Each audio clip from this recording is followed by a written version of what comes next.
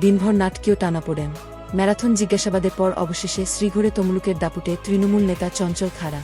আপনারা দেখছেন নিউজ বাংলা প্রতিবেদন। শুক্রবার তাকে গ্রেফতারের খবর ছড়িয়ে পড়তেই তোলপাড় গোটা পূর্ব মেদিনীপুর। বৃহস্পতিবার সকাল থেকেই জেলার একাধিক জায়গায় অভিযানে নেমেছিল পুলিশ। তখনই আটক করা হয় তমলুক পুরসভার প্রাক্তন চেয়ারম্যান তথা বর্তমান কাউন্সিলর চঞ্চল খাড়াকে। একটানা জিজ্ঞাসাবাদের পর শুক্রবার তাকে গ্রেফতার করে তমলুক আদালতে পাঠানো হয়েছে। তাম্রলিপ্ত পুরসভা থেকে সমবায় ব্যাংক সর্বত্রই দাপিয়ে বেড়ানো এই নেতার গ্রেফতারিতে মিশ্র প্রতিক্রিয়া দেখা গিয়েছে রাজনৈতিক মহলে। চঞ্চলের গ্রেফতারিতে কার্যত উল্লাসে ফেটে পড়েছে বিজেপি শিবির।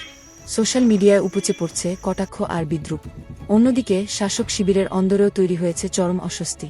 এদিন কড়া পুলিশি নিরাপত্তায় চঞ্চল খাড়াকে যখন আদালতে নিয়ে যাওয়া হয়েছে, তৃণমূলের জেলা সহসভাপতির এই পরিণতি কি জেলা রাজনীতিতে নতুন কোনো সমীকরণ তৈরি করবে? চঞ্চলের গ্রেফতারির পর জেলার আরও কোনো রাঘববোয়াল পুলিশের নজরে রয়েছেন, এখন সেটাই দেখার।